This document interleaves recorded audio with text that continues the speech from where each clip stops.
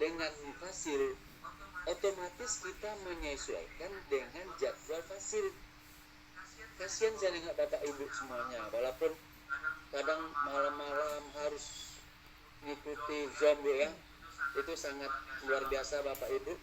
Saya pun jarang ikut, pertama dengan tahap 2 mungkin dengan ibu entah sekali 2 kali pernah saya ikut. Sementara ibu selama ini dengan fasil mau tak mau, suka tak suka kita harus ngikuti jadwal fasil.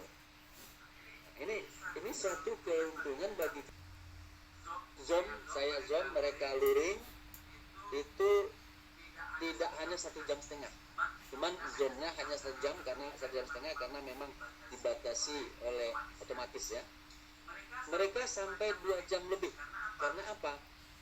Begitu banyak permasalahan sebenarnya yang harus kita prioritaskan. Nah, ini bagi kita DKP, kepala sekolah, harus kita tengok permasalahan dasar. Apa permasalahan dasar mungkin? Seperti 2 yang saya ikuti semalam. Rata-rata itu masih ada yang dasar kena kita. Di mana? Dalam pemahaman pembuatan modul. Apakah di sekolah kita sudah? Itu evaluasi sendiri. Oke? Itu yang menurut saya bahwa level sekolah banyak memberikan keuntungan kepada kita semua. Kemudian yang kedua, seperti kata ibu tadi, seandainya ada permasalahan yang tidak putus, tak selesai, silahkan, kita belum sempat, insya Allah kita doakan PMO berikutnya kita sudah bisa luring, insya Allah saya rata. Jadi pembahasan di luring itu akan lebih lebih hangat lagi. Saya tengok di 2 hari yang lalu saya ikuti di SMA 2, ikuti di SMA Pak Tom, nanti setelah ini Bu Adisa, nanti itu luring itu lebih terbuka Pak. Ibu pun bisa menggali lebih banyak permasalahan di lapangan. Ini kelebihan luring. Syukurlah kalau luring. Dan untunglah tidak harus video sekarang Bu ya. Sekarang cukup kalau tidak salah aturannya dengan foto ya. Iya. Alhamdulillah satu kemudahan bagi kita. Jadi itu bagi saya, berharap sekali Bapak Ibu jangan ragu-ragu, jangan malu-malu, lebih baik katakan yang pahit walaupun sakit sekalipun. Begitu ya kata orang-orang ya, demi kemajuan sekolah kita. Kalau memang Bapak Ibu belum paham tentang bagaimana menganalisa dari CP sampai ke modul, ayo ramai-ramai kita bicarakan bersama. Nanti kita lanjutkan bicarakannya di Hombel wadah kita bicarakan. Ini urutan daripada penyelesaian masalah yang kita hadapi. Ini pesan saya Bu. Jangan malu Bapak mengatakan, Ibu mengatakan, saya memang ini belum paham Bu. Tidak apa-apa, jangan malu. Kalau dengan fasil saya yakin Ibu terbatas untuk menyampaikan. Dan juga fasil sudah mempunyai aturan materi-materi yang akan diberikan. Sementara level sekolah, kita yang tahu kondisi sekolah, kita yang paham bagaimana kelemahan kekuatan kita. Jangan ragu, malu untuk menyampaikan. Itu pesan saya Bu. Dan satu lagi, mulai dari diri, robah kembali mentor kita pelan-pelan. Memang secara kecepatnya tidak mungkin. Yang namanya perubahan itu pelan. Ini namanya pembelajaran dewasa. Kita harus pelan-pelan memulai. Jangan ibaratnya menarik rambut. Saya berarti ini 7 tambah 8, ada 15 orang lebih ya kita ikut ya. Alhamdulillah sudah banyak sekali. Ini menjadi hendaknya ke depan lebih bagus lagi bagi kawan-kawan Bapak Ibu yang belum bisa mengikuti selama ini. Bagaimana yang diinginkan oleh Merdeka, mari pelan-pelan Bapak Ibu budayakan budaya malu dalam diri kita. Wabillahi taufiq wal hidayah. Assalamualaikum warahmatullahi wabarakatuh.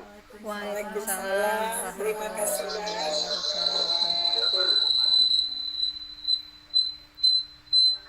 Mohon izin bonusnya ya. Kami mulai jam 10 ya Bu ya. Saya mau jam 10. Iya Pak, silakan Pak. Terima kasih banyak ya Pak. Semangat Bu ya. Iya Pak. Izin.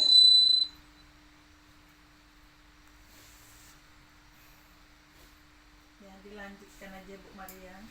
Baik Bapak Ibu, selanjutnya untuk dasar dari TNI kita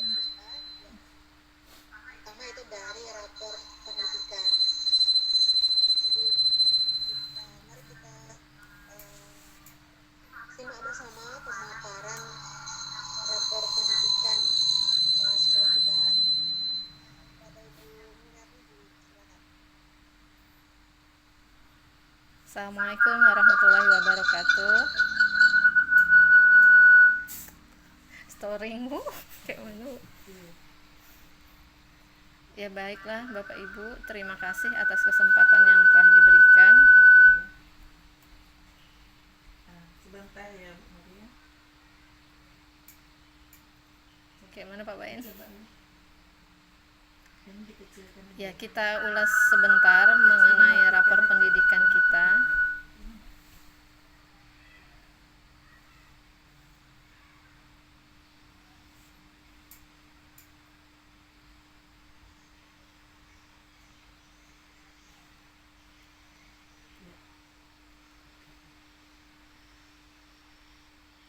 Iya, coba lagi ya. Sudah kelihatan.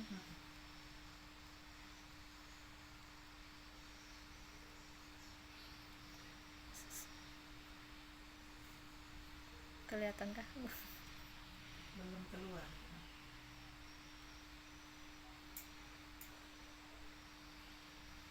Sudah kelihatan Bapak Ibu?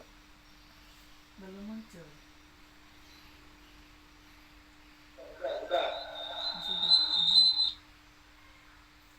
Ya, ini kondisi rapor pendidikan kita.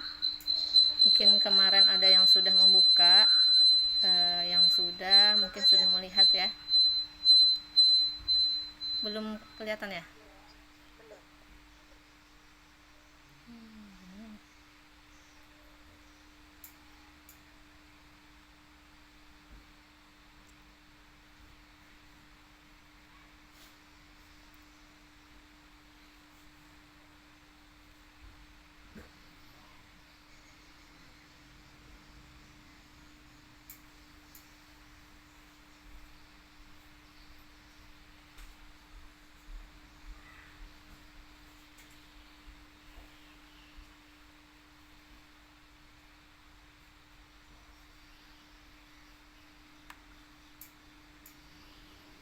Sudah.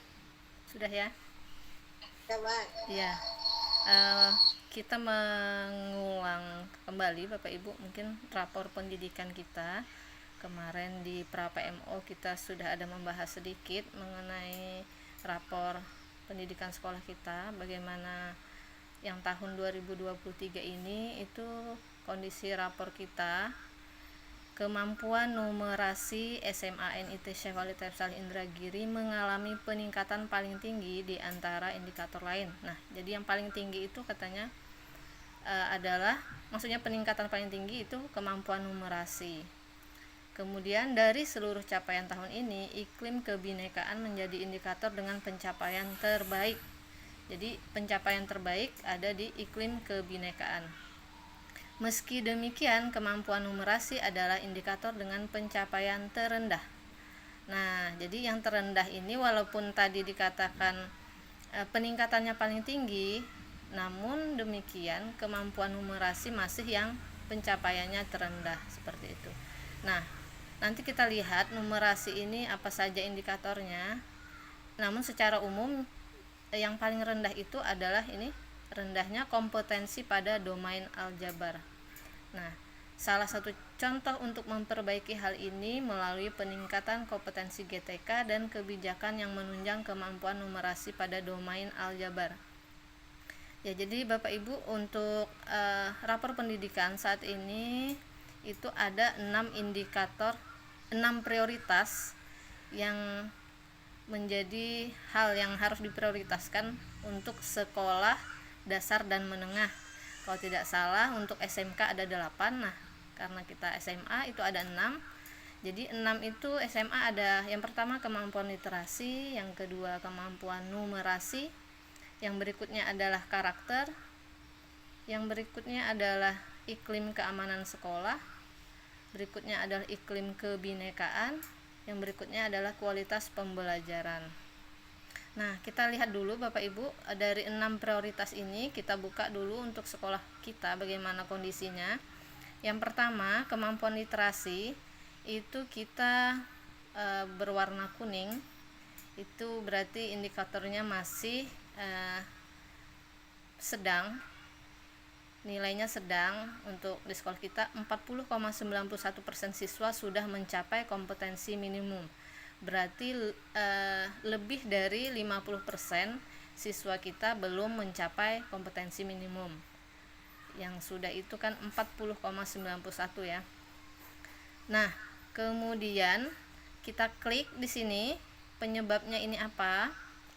Kita klik pelajari akar masalah.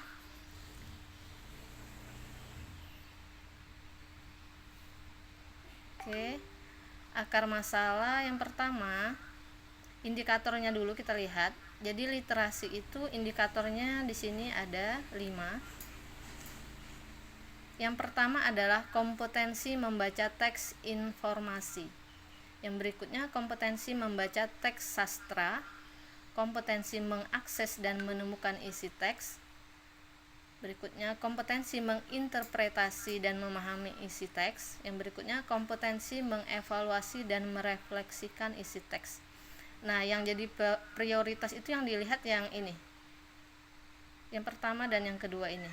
Jadi untuk sekolah kita itu yang masih rendah itu bagian ini, kompetensi membaca teks informasi, lebih rendah dibanding kompetensi membaca teks sastra. Barangkali anak-anak kita kalau disajikan soal yang sifatnya informasi, mereka masih terkendala.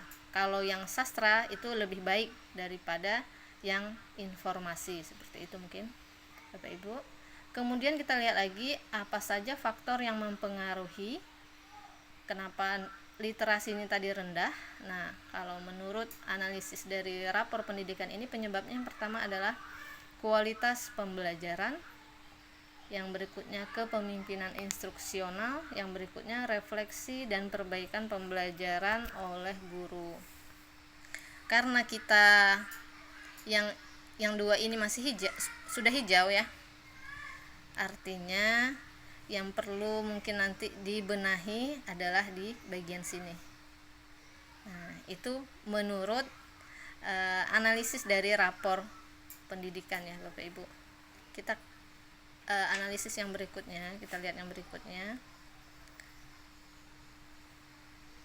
Yang berikutnya adalah kemampuan numerasi. Nah, kemampuan numerasi kita itu nilainya kategori kurang, berwarna merah. Ini mungkin yang perlu perhatian khusus dari kita ya, karena di antara prioritas ini sekarang warnanya 3, merah, kuning, hijau. Nah, ini yang merah seperti itu, artinya ini mungkin harus kita jadikan perhatian khusus ya. Nah, kemampuan numerasi kita itu nilainya 37,78% siswa sudah mencapai kompetensi minimum, artinya kurang dari atau lebih dari 50% gitu ya, hampir 67% siswa kita belum mencapai kompetensi minimum.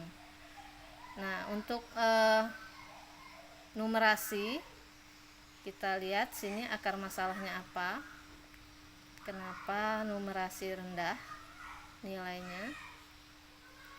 Oke.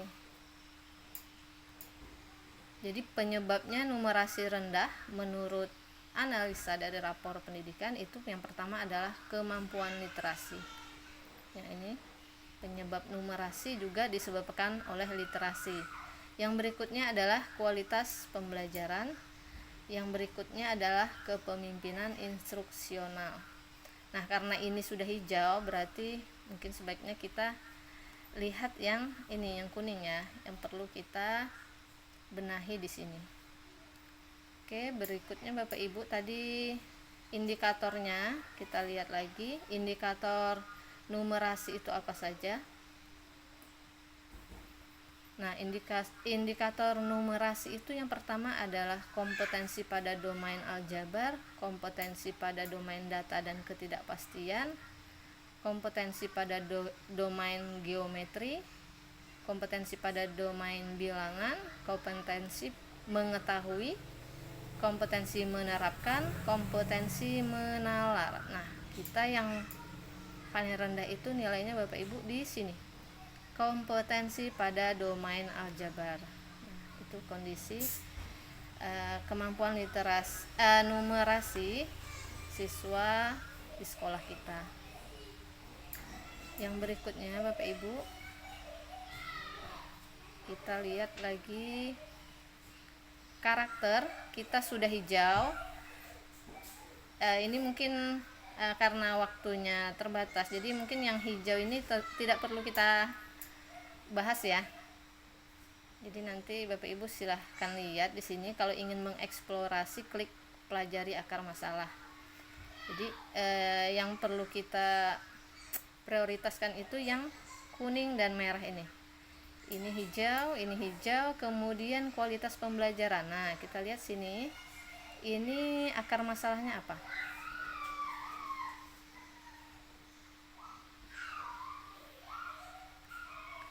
Nah, akar masalah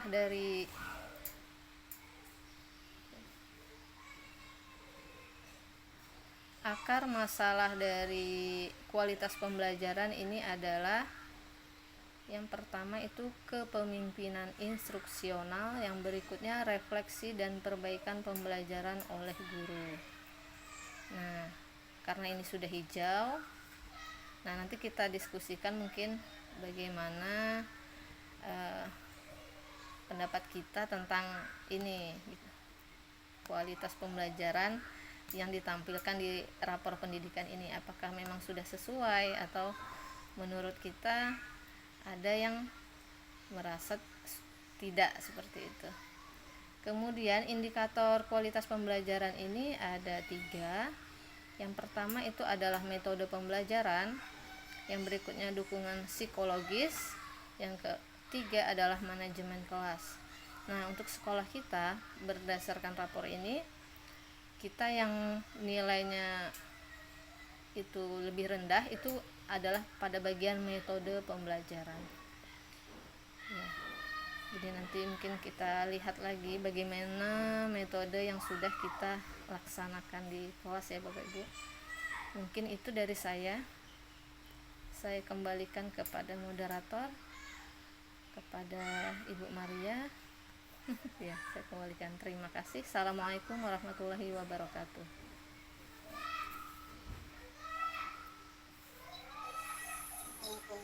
Waalaikumsalam. Rapor pendidikan kita ya, untuk tadi ada yang perlu kita kaji lebih lanjut, yaitu berkaitan dengan metode pembelajaran, dan kita sepakati bersama nanti apa tindakan yang akan kita laksanakan. Di sana Bu, berarti bukan kita berarti. Solusi Orang ini ada yang di labor akan dekatan kita juga. lakukan ya, yang pertama berkaitan dengan metode pembelajaran itu datanya berdasarkan rapor pendidikan. Berarti orangnya dan kita juga sakan suaranya ya. Kedentilis Ibu dengan Yang dikatakan pendekatan pembelajaran itu orientasinya yang jelas 2. Yang pertama dikenal dengan singkatannya SCL atau Student Center Learning, dan TCL atau Teacher Student Learning. Teacher Center Learning.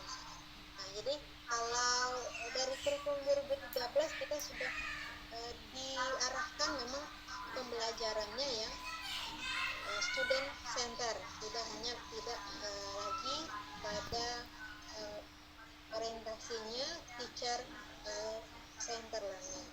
Nah, selanjutnya strategi pembelajaran ini masih fokus kepada rencana kira-kira kelas itu mau diapakan, masih strategi belum dilakukan oleh guru, belum ada aksi. Nah, selanjutnya metode pembelajaran itu fokus pada apa yang dilakukan guru di kelas dalam proses pembelajaran. Bentuk nyata atau memang sudah aksi dari strategi yang dirancang oleh guru. Nah, kalau ada lagi teknik dan taktik ini hampir sama sebenarnya. Ada kalau teknik banyak yang bisa disamai oleh teknik yang sama bisa dilakukan oleh guru yang berbeda.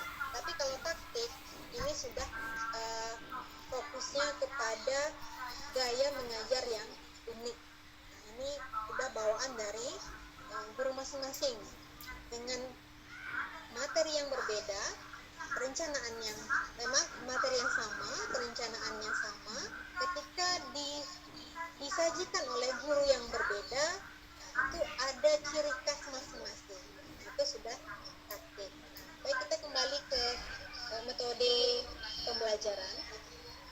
Jadi mudah-mudahan kita sama persepsinya. Nanti kalau pun berbeda silahkan kita diskusikan bersama. Nah, kalau kita kaji berdasarkan pengertiannya,